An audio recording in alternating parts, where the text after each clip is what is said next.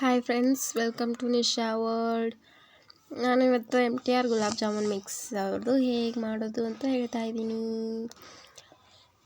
ನಾನು ಪೂರ್ತಿ ಪ್ಯಾಕೆಟ್ ಮಾಡ್ಕೊಳತ್ತೀನಿ. ಅದಕ್ಕಾಗಿ ನಾನು ಪೂರ್ತಿ ಪ್ಯಾಕೆಟ್ ಹಾಕ್ಕೊಂಡು ಅದನ್ನು ಒಡ್ಕೊಂಡೆ ಚೆಂದಂಗೆ. ಸ್ವಲ್ಪ ಸ್ವಲ್ಪ ಗುಳ್ ಗಂಟು ಟೈಪ್ ಆಗಿತ್ತು ಅದು.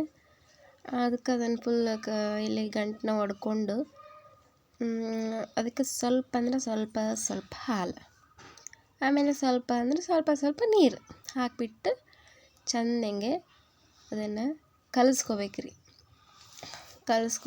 ಅದನ್ನು ಪೂರ್ತಿ ಈ ಕಡೆ ಫುಲ್ ಗಟ್ಟಿನೂ ಅಲ್ಲ, ಫುಲ್ ಅಳ್ಕನೂ ಅಲ್ಲ, ಹಂಗೆ ಅದನ್ನು ಕಲಿಸ್ಕೋಬೇಕು. ಅದು ನಾವು ರೌಂಡ್ ಮಾಡ್ಕೊಂಡ್ರೆ ಹೊಡಿಬಾರ್ದು. ಹಂಗೆ ಅದು ಸ್ವಲ್ಪ ನೆನೆಯಾಕ ಒಂದು 15 ನಿಮಿಷ ಅದನ್ನು ಬಿಡಬೇಕು.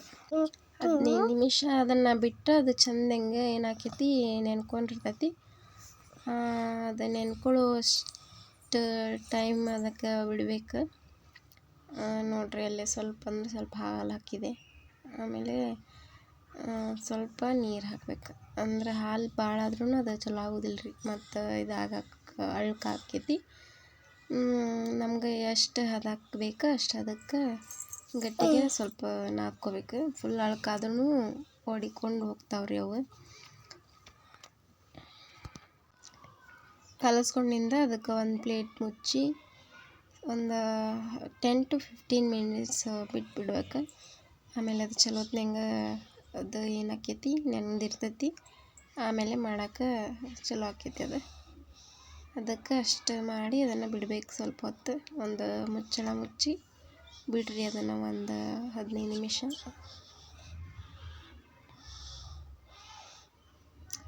ಆಮೇಲೆ ಪಾಕ ಮಾಡ್ಕೊಂಡ್ರಿ.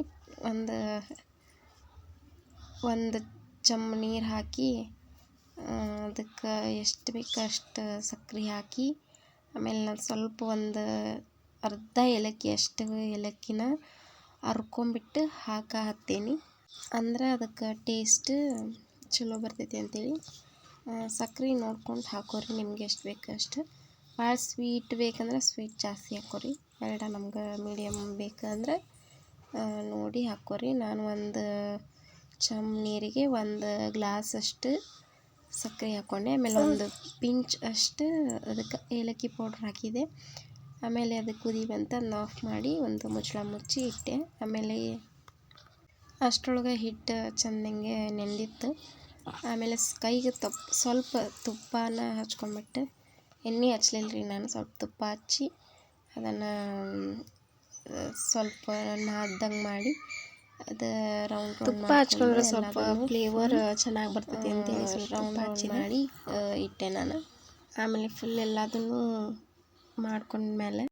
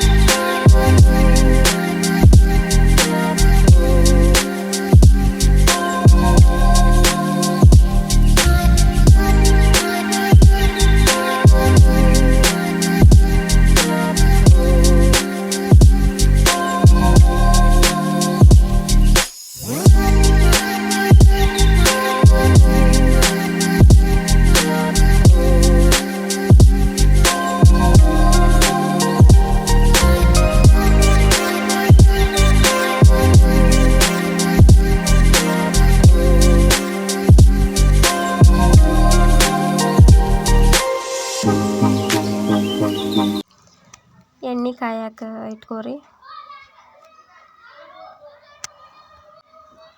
ನಿಮ್ಗೆ ಎಷ್ಟು ಬೇಕು ನೋಡಿರಿ ಅಷ್ಟು ಎಣ್ಣೆ ಹಾಕಿರಿ. ನಾನಿಲ್ಲಿ ಇಷ್ಟು ಎಣ್ಣೆ ಹಾಕ್ಕೊಂಡೀನಿ.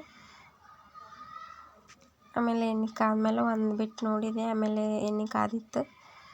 ಆಮೇಲೆ ಸ್ವಲ್ಪ ಎಲ್ಲದನ್ನು ಹಾಕ್ಕೊಂಡೆ.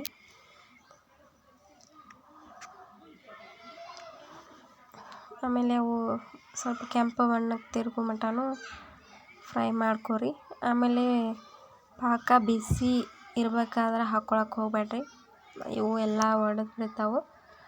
ಅದಕ್ಕಾಗಿ ಅದು ಸ್ವಲ್ಪ ಉಗುರು ಬೆಚ್ಚಗೆ ಇರಬೇಕಾದ್ರೆ ಇವನ್ನೆಲ್ಲದನ್ನು ಅದಕ್ಕೆ ಹಾಕಿ ಮುಚ್ಚಳ ಮುಚ್ಚಿ ಇಡ್ರಿ.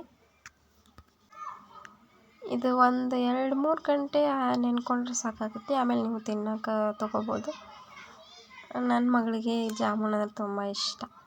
ಅವಳು ಯಾವಾಗ ಬೇಕಾದರೂ ಕೊಟ್ಟರು ತಿಂತಾಳೆ ಅವಳು ಜಾಮೂನ್ನ. ಆಕೆಗೆ ಇಷ್ಟ ಅಂಥೇಳಿ ನಾನು ಮಾಡತ್ತೀನಿ. ಆಮೇಲೆ ವಿಡಿಯೋಸ್ನ ಎಲ್ಲರೂ ನೋಡತ್ತೀರಿ ಅಂತ ಅಂದ್ಕೊಂಡೀನಿ. ಪ್ಲೀಸ್ ಸಪೋರ್ಟ್ ಮಾಡಿರಿ, ಚಾನಲ್ಗೆ ಸಬ್ಸ್ಕ್ರೈಬ್ ಆಗಿರಿ, ಬೆಲ್ಲೈಕನ್ನು ಪ್ರೆಸ್ ಮಾಡಿ. ನಿಮ್ಮ ಸಪೋರ್ಟಿಂದ ನಾನು ಇನ್ನೂ ಹೆಚ್ಚು ವಿಡಿಯೋಸ್ನ ಮಾಡ್ತೀನಿ. ಯೂಸ್ಫುಲ್ ಟಿಪ್ಸ್, ಯೂಸ್ಫುಲ್ ವಿಡಿಯೋಸ್ನ ಮಾಡ್ಬೇಕಂತ ಅಂದ್ಕೊಂಡೇನಿ, ಮಾಡ್ತೀನಿ ಅಂತ. ಬಿಗಿನರ್ಸ್ಗೆ ಒಂದು ಸಪೋರ್ಟ್ ಅನ್ನೋದು ಭಾಳ ಮುಖ್ಯ ಆಕೈತಿ. ನಿಮ್ಮ ಸಪೋರ್ಟ್ ಸಿಕ್ಕರೆ ನಾನು ಇನ್ನೂ ಮುಂದುವರಿಯೋಕೆ ಚಾನ್ಸ್ ಆಕೈತಿ. ನಾನು ವಿಡಿಯೋಸ್ ಮಾಡೋಕೆ ಆದಷ್ಟು ಟ್ರೈ ಮಾಡ್ತೀನಿ. ಆಮೇಲೆ ರೆಡಿ ಜಾಮೂನ್ದು ಒಂದು ಪಿಕ್ಚರ್ ಹಾಕ್ತೇನೆ ನೋಡಿರಿ. ಎಲ್ಲದು ಆದಮೇಲೆ ಪಾಕ ಸ್ವಲ್ಪ ಅಂದರೆ ಸ್ವಲ್ಪ ಬಿಸಿ ಇರಬೇಕು, ಆವಾಗ ಹಾಕ್ಕೊರಿ. ಮತ್ತು ತುಂಬ ಬಿಸಿ ಇದ್ದಾಗ ಹಾಕ್ಕೊಂಡ್ರಿ ಅಂದ್ರೆ ಒಡಿತಾವೆ ನಿಜ. ನಾನು ಮೊದಲಿಗೆ ಒಂದು ಸಲ ಮಾಡಿ ಹಿಂಗೆ ಕೆಡಿಸಿದ್ದೆ, ಎಲ್ಲ ಒಡ್ಕೊಂಬಿಟ್ಟಿದ್ವು. ಬಾಯ್ ಬಾಯ್.